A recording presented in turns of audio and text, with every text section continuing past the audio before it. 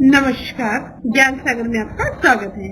आज हम कक्षा 6 में एनसीईआरटी द्वारा लगी हुई किताब बाल राम कथा को पढ़ रहे हैं। यह भाग, इस बाल राम कथा के 4 भाग पहले ही अपलोड कर चुके हैं। आप हमारे चैनल पर जाकर उन्हें सुन सकते हैं, देख सकते हैं।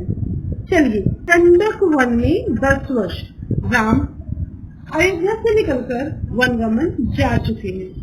अब वो दंडक वन में है और उन्होंने जो 10 साल व्यतीत किए, इसकी कहानी इसमें है। इससे पहले कि हम पाठ शुरू करें, आपसे उम्मीद करते हैं कि हमारा वीडियो पसंद आएगा तो लाइक करेंगे और दोस्तों से शेयर करेंगे। प्लीज, अगर वीडियो में आप नए हैं, व्यूवर्स नए हैं, तो हमारे चैनल को सब्सक्राइब करके जाएं। पाठ शुरू करते हैं। दंडक वन में 10 वर्ष। भरत अयोध्या लौट चुके थे, नगरवासी भी। सेना धूल उड़ाती हुई वापस जा चुकी थी। कोलाहल थम गया था। 2 दिन बाद चित्रकूट की परिचित शांति लौट आई थी। पक्षियों की चहचहाहट फिर सुनाई पड़ने लगी। हिरण कुलाचे भरते हुए बाहर निकल आए थे। राम पर्णकुटी के बाहर एक शिलाखंड पर बैठे थे, एकदम अकेले, विचार मग्न, कुछ सोचते हुए। चित्रकूट अयोध्या से केवल 4 दिन की दूरी पर था। लोगों का आना जाना लगा रहता। वे प्रश्न पूछते, राय मांगते। यह राजकाज में हस्तक्षेप की तरह होता। चित्रकूट सुंदर सुरम्य था, शांत था, पर राम वहां से दूर चले जाना चाहते थे। उन्होंने मन बना लिया चित्रकूट में न रहने का, न ठहरने का। इसका एक कारण और था, वहां रहकर तपस्या करने वाले ऋषि मुनियों का निर्णय। राम लक्ष्मण ने उस वन से राक्षस को सफाया कर दिया। अब तपस्या में कोई बाधा नहीं थी, लेकिन मुनिगण वन छोड़ना चाहते थे। कुछ राक्षस मारे थे, जब तक आधमक से यज्ञ में बाधा डालती। तीनों वनवासी मुनि आश्रय से विदा लेकर चल पड़े, दंडक वन की ओर। चित्रकूट छोड़ दिया। दंड कारण्य घना था, पशु पक्षियों और वनस्पतियों से परिपूर्ण था। इस वन में अनेक तपस्वियों के आश्रम थे, लेकिन राक्षस भी कम नहीं थे। वे ऋषि मुनियों को कष्ट देते थे, अनुष्ठानों में विघ्न डालकर। राम को देखकर मुनिगण बड़े प्रसन्न हुए। मुनियों ने राम का स्वागत करते हुए कहा, आप उन दुष्ट मायावी राक्षसों से हमारी रक्षा करें, आश्रमों को अपवित्र होने से बचाएं। सीता दैत्यों के संहार के संबंध में दूसरी तरह सोच रही थी। वो चाहती थी कि राम अकारण राक्षसों का वध न करें, उन्हें न माने जिन्होंने उनका कोई अहित नहीं किया। राम ने उन्हें समझाया, सीते, राक्षसों का विनाश ही उचित है। वे मायावी हैं, मनुष्यों को कष्ट पहुंचाते हैं, इसीलिए मैंने ऋषियों की रक्षा की प्रतिज्ञा की है। राम, लक्ष्मण और सीता दंडकारण्य में 10 वर्ष रहे। स्थान और आश्रम बदलते रहे। वे शरभंग मुनि के आश्रम पहुंचे। आश्रम में बहुत कम तपस्वी बचे थे, सभी निराश थे। उन्होंने राम को हड्डियों का ढेर दिखाकर कहा, राजकुमार, ये ऋषियों के कंकाल हैं, जिन्हें राक्षसों ने मार डाला है। अब यहाँ रहना असंभव है। शुतिष्ण मुनि ने भी राम को राक्षसों के अत्याचार की कहानी सुनी। मुनि ने ही राम को अगस्त्य ऋषि से भेंट करने की सलाह दी। विंध्याचल पार करने वाले वह पहले ऋषि थे। मुनि ने राम को गोदावरी नदी के तट पर जाने को कहा। उसी स्थान का नाम पंचवटी था। वनवास का शेष समय दोनों राजकुमारों और सीता ने वहीं बिताया। पंचवटी के मार्ग में राम को एक विशालकाय गिद्ध मिला, जटायु। सीता उसका स्वरूप देखकर डर गई। लक्ष्मण ने उसे मायावी राक्षस समझा। वे धनुष उठा ही रहे थे कि जटायु ने कहा, हे राजन, मुझसे डरो मत, मैं तुम्हारे पिता का मित्र हूँ, वन में तुम्हारी सहायता करूंगा। राम, दोनों बाहर जाओगे तो सीता की रक्षा करूंगा। राम ने जटायु को धन्यवाद दिया। उन्हें प्रणाम करके वो आगे बढ़ गए। पंचवटी में लक्ष्मण ने बहुत सुंदर कुटिया बनाई। मिट्टी की दीवारें खड़ी की, बांस के खंभे लगाए, कुश और पत्तों से छप्पर डाला। कुटिया ने उन्हें मनोरम पंचवटी को और सुंदर बना दिया। कुटी के आसपास पुष्पलताएं थी, हिरण घूमते थे, मोर नाचते थे। इस बीच राम राक्षसों पर निरंतर संहार करते रहे। जब भी आश्रमों पर आक्रमण करते, राम लक्ष्मण उन्हें मार देते। उन्होंने सीता को पकड़ लेने वाले राक्षस विराट को मारा। वन से राक्षसों का अस्तित्व लगभग मिटा दिया। तपस्वी शांति से तप करने लगे। एक दिन राम लक्ष्मण और सीता कुटी के बाहर बैठे हुए थे, लता कुंजों को निहारते, उनके सौंदर्य पर मुग्ध होते। तभी लंका के राजा रावण की बहन सुपर्णखा वहां आई। राम को देखकर वह उन पर मोहित हो गई। उसने स्वयं को पानी में देखा, विकृत चेहरा, मुंह पर झुर्रियां। वह बूढ़ी थी पर राम के मुंह में आकर उन्हें पाना चाहती थी।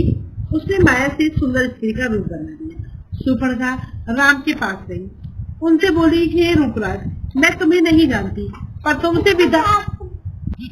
सुपर्णखा राम के पास गई, उनसे बोली, हे रूपराज, मैं तुम्हें नहीं जानती पर तुमसे विवाह करना चाहती हूँ। तुम मेरी इच्छा पूरी करो, मुझे अपनी पत्नी स्वीकार करो। राम ने मुस्कुराकर लक्ष्मण की ओर देखा, अपना परिचय दिया। सीता की ओर संकेत करते हुए कहा, ये मेरी पत्नी है, मेरा विवाह हो चुका है। राम सुपर्णखा को पहचान गए थे, फिर भी उन्होंने उसका परिचय पूछा। सुपर्णखा ने झूठ नहीं बोला, सच सच बताया कि वह रावण और कुंभकर्ण की बहन है और अविवाहित है। राम के मना करने पर वह लक्ष्मण के पास गई। लक्ष्मण ने कहा, मेरे पास आने से तुम्हें कुछ नहीं मिलेगा देवी, मैं तो राम का दास हूँ, मुझसे विवाह करके तुम दासी बन जाओगी। लक्ष्मण ने सुपर्णखा को पुनः राम के पास भेज दिया। दोनों भाइयों के लिए खेल हो गया। सुपर्णखा उनके बीच भागती रही। क्रोध में आकर उसने सीता पर झपट्टा मारा। सोचा कि राम इसी के कारण विवाह नहीं कर रहे हैं। लक्ष्मण तत्काल उठ के खड़े हुए, तलवार खींची और उसके नाक कान काट लिए। खून से लथपथ सुपर्णखा वहां से रोती बिलखती भागी अपने भाई खर और दूषण के पास। वे उसके सौतेले भाई थे, उसी वन में रहा करते थे। सुपर्णखा की दशा देखकर खरदूषण के क्रोध की सीमा न रही। उन्होंने तत्काल 14 राक्षस भेजे। सुपर्णखा उनके साथ गई। राम जानते थे राक्षस बदला लेने अवश्य आएंगे, वे तैयार थे। सीता को उन्होंने सुरक्षित स्थान पर भेज दिया लक्ष्मण के साथ। राक्षस राम के सामने नहीं टिक सके। देखते ही देखते उन्होंने सबको ढेर कर दिया। सुपर्णखा ने एक पेड़ के पीछे से यह दृश्य देखा। राम के पराक्रम से वह चकित थी, उसका मुंह और बढ़ गया, साथ ही क्रोध भी बढ़ा। वह फुफकारती हुई खरदूषण के पास लौटी। इस बार खरदूषण राक्षसों की पूरी सेना के साथ चले। खर ने देखा कि आसमान काला पड़ गया, घोड़े स्वयं धरती पर गिरकर मर गए, आकाश में गिद्ध मंडराने लगे। ये अमंगल के संकेत थे, पर वह रुका नहीं, आगे बढ़ता गया। घमासान युद्ध हुआ, अंत में विजय राम की हुई। खरदूषण सहित उनकी सेना धराशायी हो गई। कुछ पिछलग्गू राक्षस बचे, वे जान बचाकर वहां से भाग निकले। भागने वालों में एक राक्षस का नाम अकम्पन था। वह सीधे रावण के पास गया। लंकाधिपति को उसने पूरा विवरण सुनाया। अकम्पन ने कहा, राम कुशल योद्धा है, उनके पास विलक्षण शक्तियां हैं, उन्हें कोई नहीं मार सकता। इसका एक ही उपाय है, सीता का अपहरण, इससे उनके प्राण स्वयं निकल जाएंगे। रावण सीता हरण के लिए तैयार हो गया। वह महल से चला। रास्ते में उसकी भेंट मारीच से हुई, ताड़का के पुत्र से।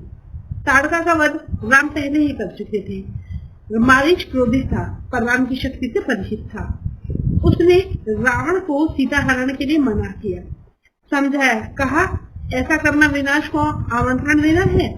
रावण ने मारीच की बात मान ली, चुपचाप लंका लौट आया। थोड़ी देर में सुपर्णखा लंका पहुंची, विलाप करती हुई, चीखती चिल्लाती हुई। रावण को पूरी घटना की जानकारी थी, लेकिन उसने सुपर्णखा को सुना। वह रावण को धिक्कार रही थी, फटकार रही थी। उसके पौरुष को ललकारते हुए सुपर्णखा ने कहा, तेरे बाहुबली होने का क्या लाभ, तेरे रहते मेरी है दुर्गति। तेरा बल किस दिन के लिए है, तू किसी को मुंह दिखाने लायक नहीं रह गया।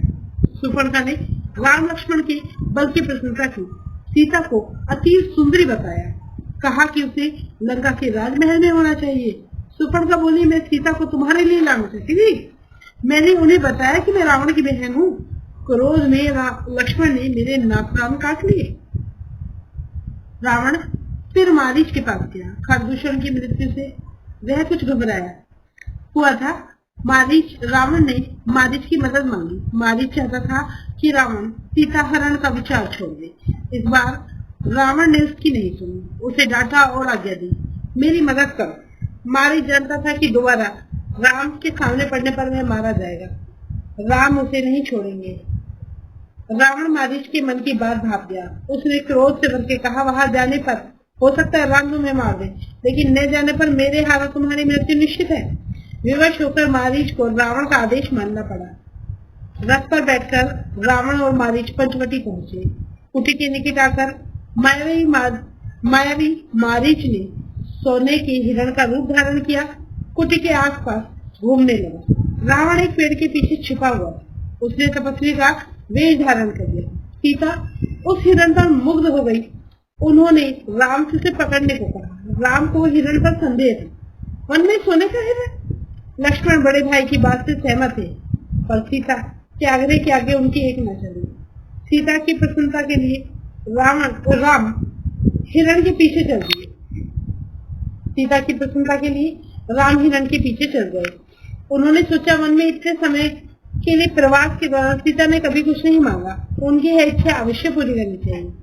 कुटी से निकलते समय राम ने लक्ष्मण को बुलाया, सीता की रक्षा करने का आदेश दिया। कहा, मेरे लौटने तक तुम उन्हें अकेला मत छोड़ना। लक्ष्मण ने सर झुकाकर उनकी आज्ञा स्वीकार की। सीता कुटी में थी।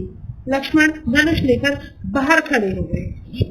और इस प्रकार बाल राम कथा का 5वां अध्याय दंडक वन में 10 वर्ष समाप्त होता है। आशा करते हैं आपको हमारी वीडियो पसंद आई है। वीडियो पसंद आए तो लाइक कीजिए, दोस्तों को शेयर कीजिए और चैनल पर नए हैं तो चैनल को प्लीज सब्सक्राइब कीजिए। आज के लिए इतना ही। मिलते हैं अगली वीडियो में बाल राम कथा के अगले भाग 6 में। आज के लिए इतना ही। बने रहिए ज्ञान सागर में। धन्यवाद।